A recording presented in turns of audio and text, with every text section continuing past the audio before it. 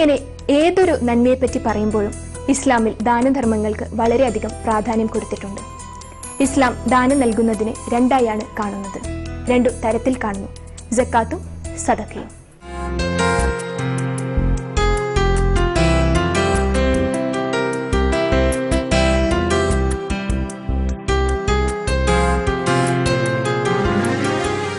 അൽബിദിയ പള്ളി യുഎഇയിലെ ഏറ്റവും പുരാതനമായ ഈ പള്ളി AD 1446 മുമ്പ് നിർമ്മിച്ചതായാണ് പറയപ്പെടുന്നത്. മണലാരണ്യത്തിലെ മലയോരത്തായി നിലാശോഭയോടെ നിലകൊള്ളുന്ന ബിദിയ പള്ളി കല്ലിലെ കടങ്കഥയായി തലയുയർത്തി നിൽക്കുകയാണ്.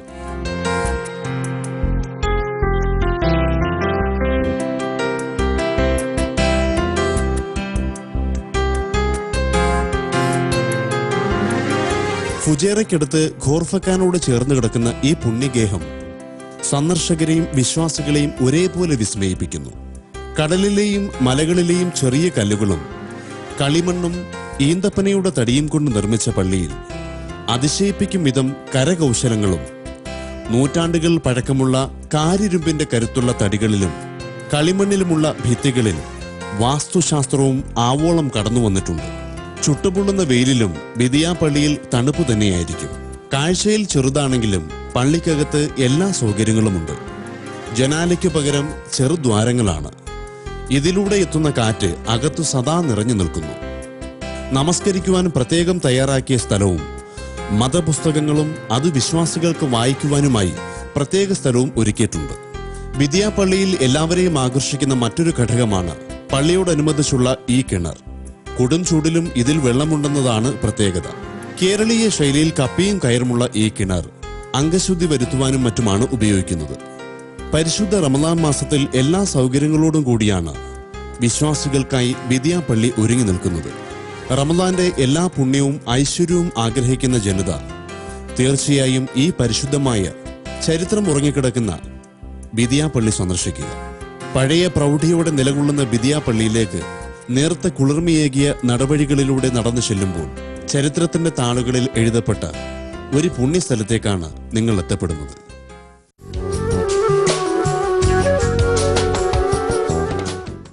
സക്കാത്ത് ഒരു മുസൽമാന് നിർബന്ധമാക്കപ്പെട്ടതാണെങ്കിൽ സദക്ക ഫീ സബീലില്ലാഹി അല്ലാഹുവിനു വേണ്ടി നിർബന്ധമാക്കപ്പെട്ടതിലും കൂടുതൽ നൽകുന്നതാണ്. സക്കാത്ത് എന്ന വാക്കിനർത്ഥം ശുദ്ധീകരണം എന്നാണ്. ആത്മശുദ്ധീകരണവും സാമ്പത്തിക ശുദ്ധീകരണവും ഇതുകൊണ്ട് ഉദ്ദേശിക്കുന്നു. ധനം കുറച്ചു പേരിൽ മാത്രം ഒതുങ്ങി നിൽക്കാതെ സമൂഹത്തിന്റെ വളർച്ചയ്ക്കു വേണ്ടി വിതരണം ചെയ്യൽ. ആത്മശുദ്ധീകരണം എന്നതുകൊണ്ട് ഉദ്ദേശിക്കുന്നത് ഒരു മനുഷ്യന് പണം കൂടുമ്പോൾ ഉണ്ടാകുന്ന അസൂയ, ദേഷ്യം, വിദ്വേഷം, അതുപോലുള്ള ദുശീലങ്ങൾ ഇല്ലാതാക്കൽ.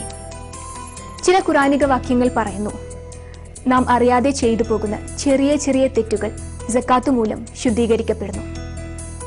സക്കാത്തിന്റെ ഇനിയും വിശേഷങ്ങൾ നമുക്ക് പങ്കുവെക്കാനുണ്ട്. അതിനു മുൻപ് റംദാൻ വിശേഷങ്ങളുമായി ഇഫ്താറിലെ അടുത്ത പരിപാടി. വിശ്വാസം, പ്രാർത്ഥന, നോമ്പു നോൽക്കൽ, ഹജ്ജ് കർമ്മം നിർവഹിക്കൽ, ഇതിനു പുറമെ ഇസ്ലാമിന്റെ 5 തൂണുകളിൽ പെടുന്നു സക്കാത്തും.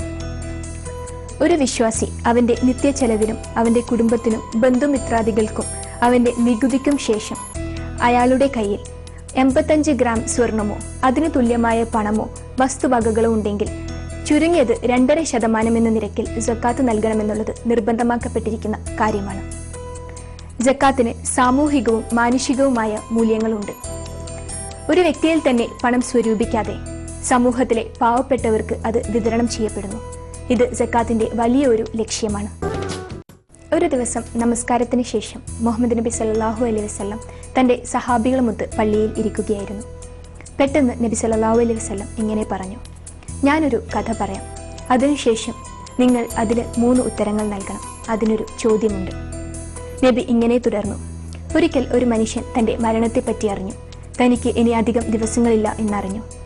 ഖബറിലെ ശിക്ഷയെപ്പറ്റി ഓർത്ത്, ഖബറിലെ ഒറ്റപ്പെടലിനെ പറ്റി ഓർത്ത് ആ മനുഷ്യൻ പേടിച്ചു. അയാൾ തന്റെ സുഹൃത്തുക്കളെ തേടിയിറങ്ങി. ആദ്യമായി ആ മനുഷ്യൻ തന്റെ ഏറ്റവും ഉറ്റ സുഹൃത്തിനെ തേടിപ്പോയി. വാതിൽ പടിക്കൽ പ്രതീക്ഷയോടെ അയാൾ മുട്ടി. അയാൾ ഇങ്ങനെ ചോദിച്ചു, താൻ എനിക്കൊരു സഹായം ചെയ്യുമോ? ആ ചോദ്യത്തിന് ആ സുഹൃത്ത് ഇങ്ങനെ മറുപടി നൽകി, ഞാൻ സഹായം ചെയ്യാതെ പിന്നെ എന്തിനാണിവിടെ? ഈ ഉത്തരം കേട്ട സന്തോഷിച്ച ആയ മനുഷ്യൻ വീണ്ടും ചോദിച്ചു, എനിക്ക് സഹായം വേണ്ടത് ഇപ്പോഴല്ല. എൻ്റെ മരണം അടുത്തിരിക്കുന്നു. മരണത്തിന് ശേഷമാണ് എനിക്ക് നിന്റെ സഹായം വേണ്ടത്. ഇത് കേട്ട സുഹൃത്ത് പരിഭ്രമിച്ചു. ഭയത്തോടെ നിന്ന ആ സുഹൃത്ത് പറഞ്ഞു, മരണത്തിന് ശേഷം ഞാൻ എന്ത് സഹായം ചെയ്യാനാണ്? മരണം വന്നു വിളിച്ചാൽ എനിക്കൊന്നും ചെയ്യാനില്ല. പകരം നിനക്കുറങ്ങാൻ ഇത്തിരി മണ്ണും നിന്നെ പുതപ്പിക്കാൻ ഒരു തുണിയും നൽകുക എന്നല്ലാതെ. ഇത് കേട്ട് വിഷമിച്ച ആ മനുഷ്യൻ ആ സുഹൃത്തിന്റെ അടുത്ത് നിന്ന് ഇറങ്ങി. അയാൾ നേരെ രണ്ടാമത്തെ സുഹൃത്തിന്റെ അടുക്കിലേക്ക് പോയി.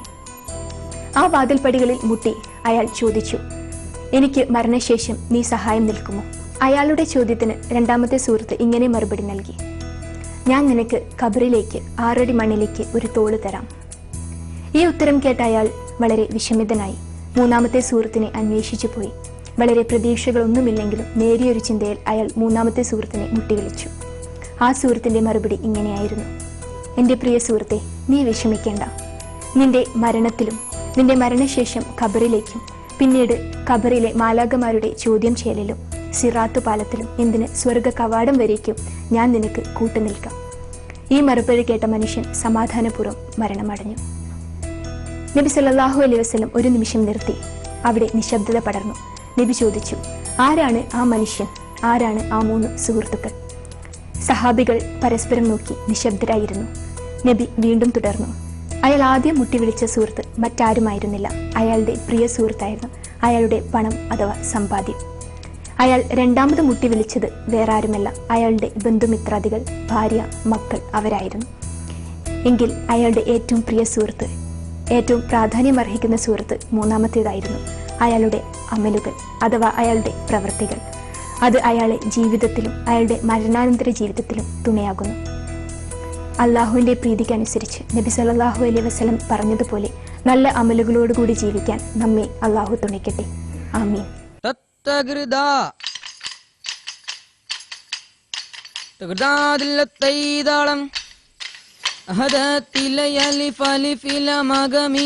അലിഫാക്ഷര പൊരുൾ ബിസ്മില്ലാ അരിമാക്കാലെ കുത്തുബാനുദിനം ഖുർആനിൽ അളകൂറ്റാലെ ഗുറി ബിസ്മില്ലാ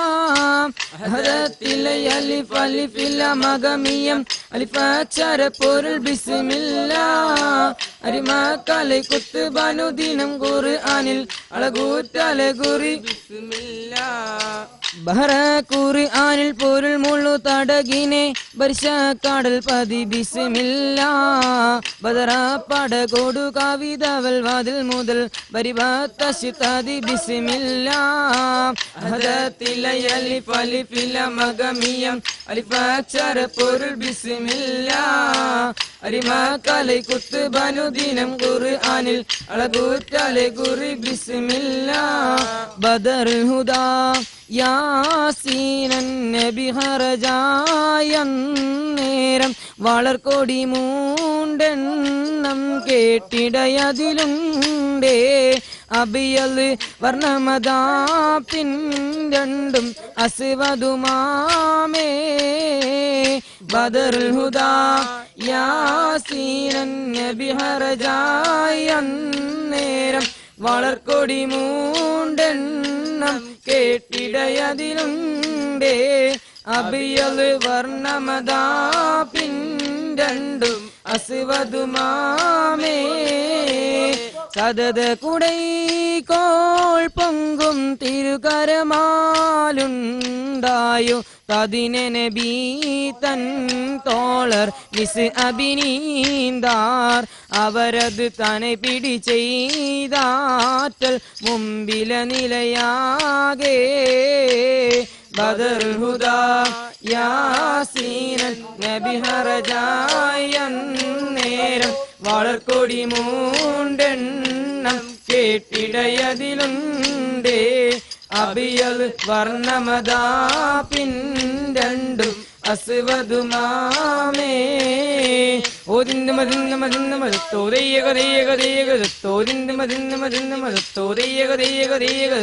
അക്കളി രണ്ട് താളം താളം അങ്കജകുങ്കുമം പൂശി മണക്കും ദാഗതിക ചുമടോട് കുപ്പികളും ചോടി ചോടി ചോടിന്തിട്ട് ചാടി പടചോടി ചാതുർപുറമിലു മുശിരിങ്കലേറി അതികൊശി മണം ഖലീലഹദന്തവർ ഗതമേ അസ്ഹാബ് പടയെ പൊടി പൊടി പൊടിക്കാൻ ശുജആത്ത് ചൊല്ലി കൊണ്ടവർ നിരന്നേ ശുജആത്ത് ചൊല്ലി കൊണ്ടവർ നിരന്നേ ചുമടോട് കുപ്പികളും ചോടി ചോടി ചോടിന്തിട്ട് ചാടി പടചൂടി ചാതുർപുറമിലു മുശിരിങ്കലേറി അതികൊശി മണം ഖലീലഹദന്തവർ ഗതമേ അസ്ഹാബ് പടയെ പൊടി പൊടി പൊടിക്കാൻ ശുജആത്ത് ചൊല്ലി കൊണ്ടവർ നിരന്നേ ശുജആത്ത് ചൊല്ലി കൊണ്ടവർ നിരന്നേ വമ്പലമ്പ് നീട്ടിക്കൊണ്ടെന്ന് അവർ കമ്പ് തട്ടുന്നേ ഇമ്പമേറും വമ്പത്താലെ അവർ തമ്മിൽ കൂടുന്നേ വമ്പലമ്പ് നീട്ടിക്കൊണ്ടെന്ന് അവർ കമ്പ് തട്ടുന്നേ ഇമ്പമേറും വമ്പത്താലെ അവർ തമ്മിൽ കൂടുന്നേ വമ്പൻ ശുചകത്ത് നേരിൽ ജുനുദുമെ നിക്കലായി വന്നതവിടമിൽ ചോടി ചോടി ചോടിയായി ചുമടോട് ചാടി അവർ ലങ്കി പൊങ്കുല്ലങ്കം തീർത്ത തതിങ്കിന്ന തക തക മീട്ടി തകൃതിയിൽ നീരന്നേ